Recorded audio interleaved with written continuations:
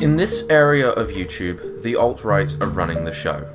Now, I'm not saying the alt-right runs Google just yet. I need a couple more pins for my conspiracy wall on that one. However, the alt-right's conduct on YouTube has allowed them to take the political social commentary sphere we find ourselves in as their hostage, and make it extremely difficult for people to effectively oppose the alt-right online, especially in video format. In this video, I hope to go through several of the ways the alt-right games the system on YouTube to silence opposition.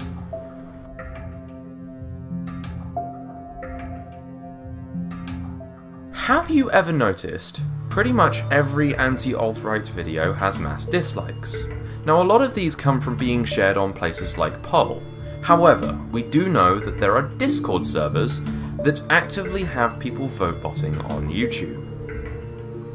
Grundsätzlich wisst ihr wahrscheinlich alle inzwischen, dass wir vorhaben, ja, sowas wie Trollstürme oder wie auch immer ihr das nennen wollt, auf konstruktive Kritikstürme, pass auf, ja. Also konstruktive Kritikstürme auf verschiedene Ziele durchzuführen. Dass niemals irgendwelche Rückschlüsse auf diesen Server kommen. Grundsätzlich kann man dies, ihr habt jetzt gleich gesehen, wir sind jetzt auf dem Server so rund 1000, ich muss noch mal gucken. 1250, glaube ich, waren es. 1268 wurde mir gerade angezeigt, so viele sind wir gerade. Das klingt jetzt wenig, wenn ihr überlegt, ihr habt jetzt ein YouTube-Video mit 200.000 Aufrufen oder sowas und jetzt kommen da 1000 Likes oder Dislikes dazu. Das ist jetzt nicht so unbedingt so viel. Das kann man aber relativ leicht multiplizieren, indem jeder von euch sich, ja, wir nennen es mal Brandkonten oder Fake-Accounts oder nennt es wie ihr wollt, wer Anglizismen nicht mag, einen Brandkonten erstellt und dann meinetwegen mit 5 Konten dabei geht. Dann haben wir schon die 5-fache Anzahl. Von mir aus könnt ihr euch auch 50 erstellen. Das muss jeder selber wissen, wie viel Zeit und Mühe er investieren möchte. Wie genau das vonstatten geht, wird euch gleich noch ein Offizier erklären. Ja.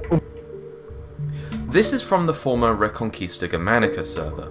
They had a strictly militaristic structure inside the server. Yes, these kids were barking orders at each other, and they based it on ranks in Nazi Germany and had ranks like Paladin.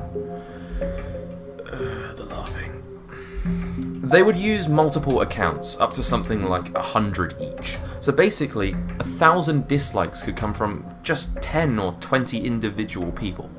That nasty comment from an alt-writer that got 300 likes, maybe only 3 people actually pressed like on that. Generation Identity was heavily connected to the scheme. They were the ones who allegedly sent the handbook on how to create mass accounts, and Martin Sellner was a VIP in the server. Now, we know that there's likely also a lot more servers like this, since there are rumours of English speakers doing similar stuff and having been the original source of these tactics in the first place. So basically, the alt-right are exploiting YouTube to affect the analytics of videos they like and dislike, giving them an entirely artificial advantage and pushing their videos to more people and making videos against them look worse.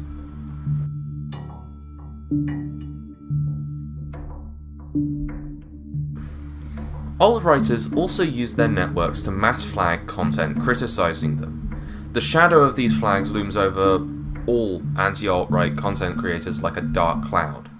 ContraPoint's video criticizing white nationalism was flagged down, forcing her to re-upload and remake the video. Sean's video criticizing the Great Replacement was mass flagged by Poll before being reinstated by YouTube. Kraut and T had one of his videos on race realism taken down, only to have Sargon mirror it and that mirror to also be flagged off.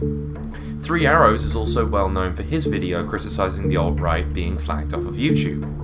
I've also had to deal with it. Several of my videos have been flagged off, including a recent mirror of a video that will be discussed later.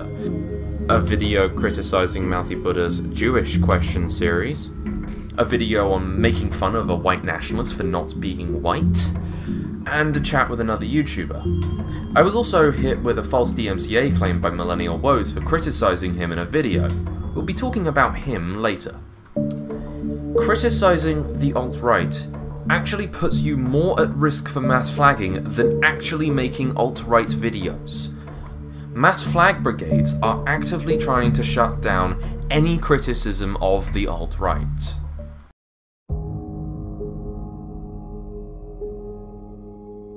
This is Colin Robertson, going by the online moniker of Millennial Woes. He makes frequent trips to Europe and the US to do talks, using his notoriety from his YouTube videos to act as an ambassador for the American alt-right in European right-wing and far-right circles. This is his speech in Seattle Forum's Alt-Right's Transformers event in late 2016. Here's another thing that we could build. This is controversial. The ability to dox people on demand. And I think we should be able to threaten them. We should be able to say, go ahead, but here's your address, and here's your phone number, and so on. Here's your date of birth. We should be able to do that, if we can. Have a central registry of leftist journalists and so on, and say to them, we'll fuck you up. What Woves has suggested here is not an uncommon goal in alt-right circles. It's just rare for them to be so public about their intentions. And since late 2016, they've been building their systems to dig up information on people. Alt-right's Discord servers actively work to find people's personal information. Here's an example of Braving Ruin's server trying to get the IP of a Twitter user to help find their real identity. The alt-right leak account, though, is connected to the same account, Gmail. So you would have to send a link to altrightleak@gmail.com. Possibly. I'm trying to find out what the IP of this email is. Trace email source.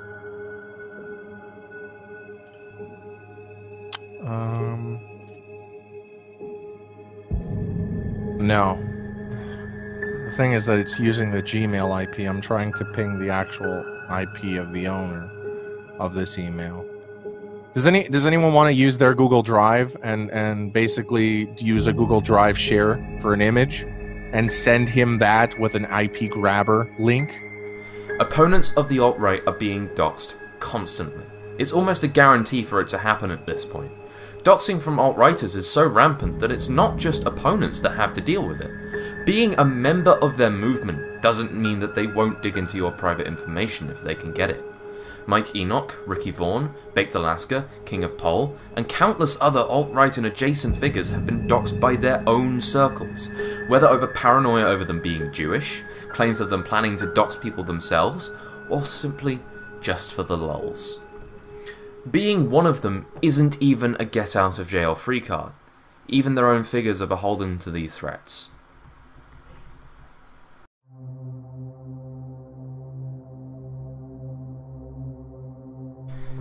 There's countless examples of the anti-social justice sphere being infiltrated and bullied into not going after the alt-right.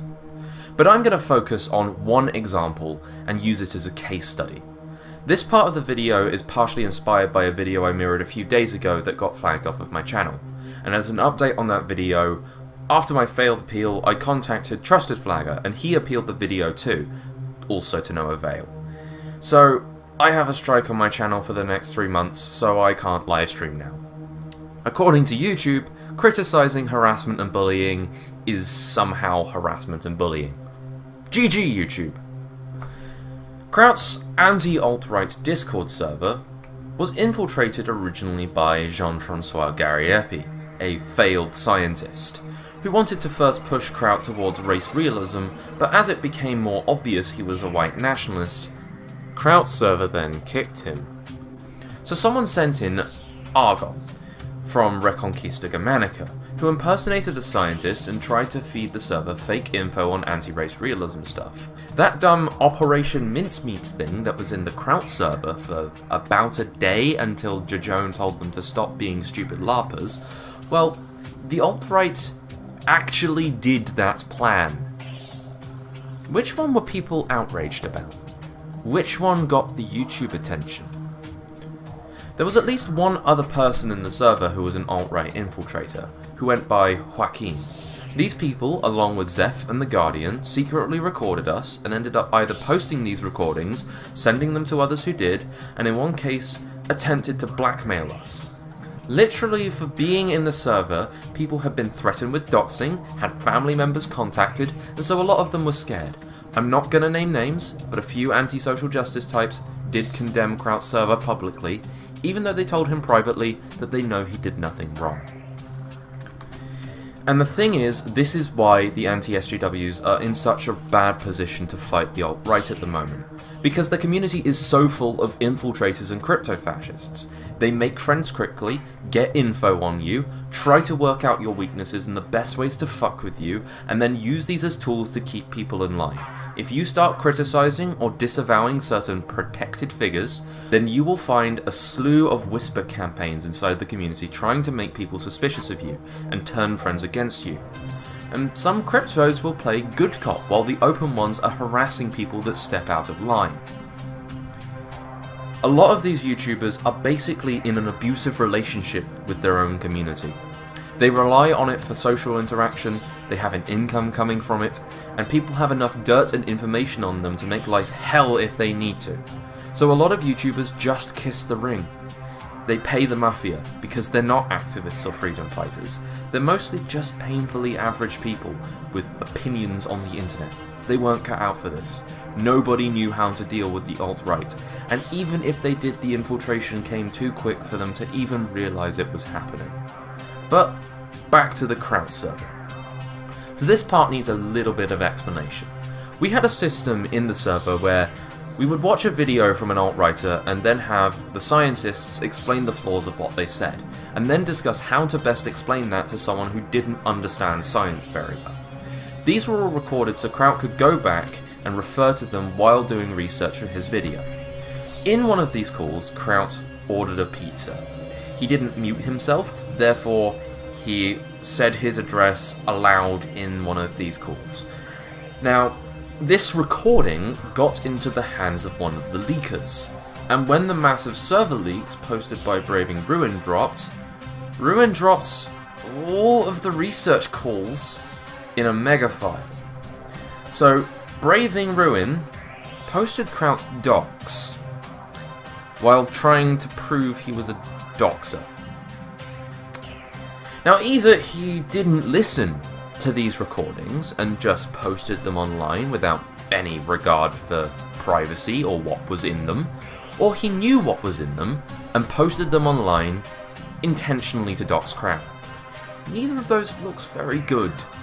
But the first really begs the question, if he didn't know what was in them, why did he post them in the first place? Now, the interesting thing is in Metica's video on Kraut, there are a few old forum posts from Kraut on an old atheist forum. Back when Kraut was anonymous and Braving was still edgy sphinx pretending to be a moderate classical liberal, a few goons of Atheism is Unstoppable, another YouTuber, were trying to dox him. Kraut found someone posting an image of his face and found this image of his face on this old atheist forum. He traced it back here eventually. He contacted the forum owners to get it deleted. The funny thing is, Braving knew about this forum account, and since he was in the call while we were helping Kraut scrub the info, I wonder if he had anything to do with the information getting into the hands of Metica. But that's not the important bit. In one of the forum posts, along with the full info that had been released about Kraut, including his docs, was now enough to dox a family member of his. This family member has been threatened, has had phone calls, including one telling that family member that Kraut had committed suicide and they needed to pick up his dead body. This is why Kraut left YouTube. Not because he got caught doing anything wrong, but because his family was doxed. Meanwhile, all over YouTube, he was being smeared as a doxer. But was he? Was this just some attempt to shut down a doxing server that was threatening alt-writers and other adjacent figures? In late September, after the aforementioned Mouthy Buddha video I made, Kraut contacted me after months of radio silence. Obviously we'd had a massive falling out, but we both, after deciding to talk, temporarily buried the hatchet since we agreed the alt-right was a bigger issue than any personal drama between us. I joined the server soon after. Most of the server was chatting about random stuff and sometimes discussing things about the alt-right or listening to Jajone lecture us on genetics. I sometimes chimed in to suggest moving away from race realism, which eventually Kraut agreed was the best move. He wanted to make a final race realism video in response to JF Gary Epi, but after that he was going to move towards history videos. Isn't it funny that the leaks, including his docs, dropped right before Kraut was going to finally put together that video script. Isn't it? So who did Kraut actually dox? There's only about 3 people the alt-right have accused Kraut of doxing. Coach Redpill, a man whose name was public on his Patreon, along with appearing with his full name on Russia Today, the accusations of doxing coming from Kraut handing around public accusations of fraud and blackmail towards Coach, and Aidan Paladin, who recently said she'd never said Kraut doxed her.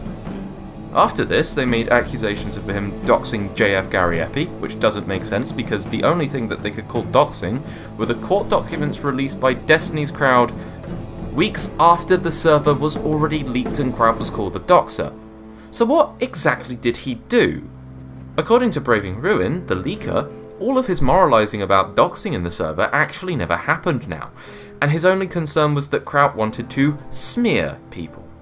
Yes, the original leaker is running away from doxing accusations when he realised that he might actually have to defend them. So basically, alt-righters used a false doxing server narrative to threaten and dox YouTubers who were interested in criticising the alt-right. Kraut didn't actually do anything wrong.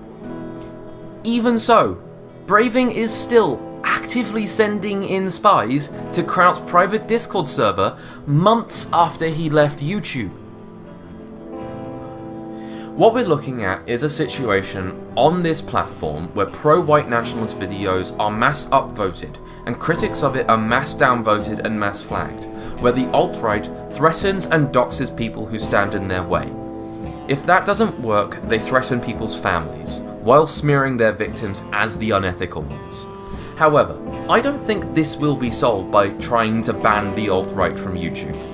Platforms of this size are mostly moderated by algorithms, and these algorithms have already shown themselves to effectively harm anti-fascist content more than alt-right content. Not to mention, their subculture of sensitivity to censorship makes banning their videos more counterproductive than anti-fascist ones, since it gives them an opportunity to signal boost them. Attempts to crack down on the alt-right will only amplify the problem. We need to build actual momentum against the alt-right.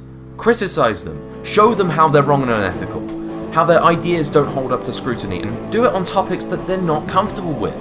Discuss the problems with the ethno-state, expose the more extreme bigotry in their groups.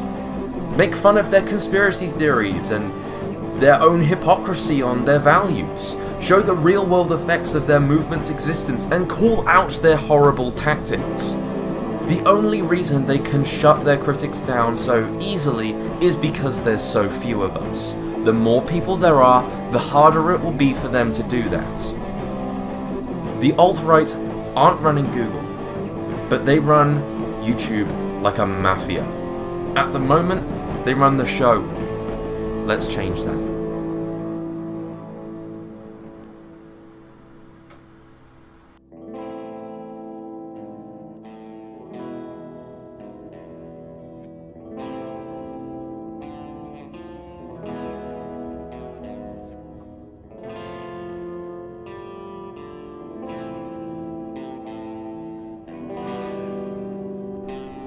And that's why we must save the white race. Oh God! Hello, Millennial Woes. How would you like to be first?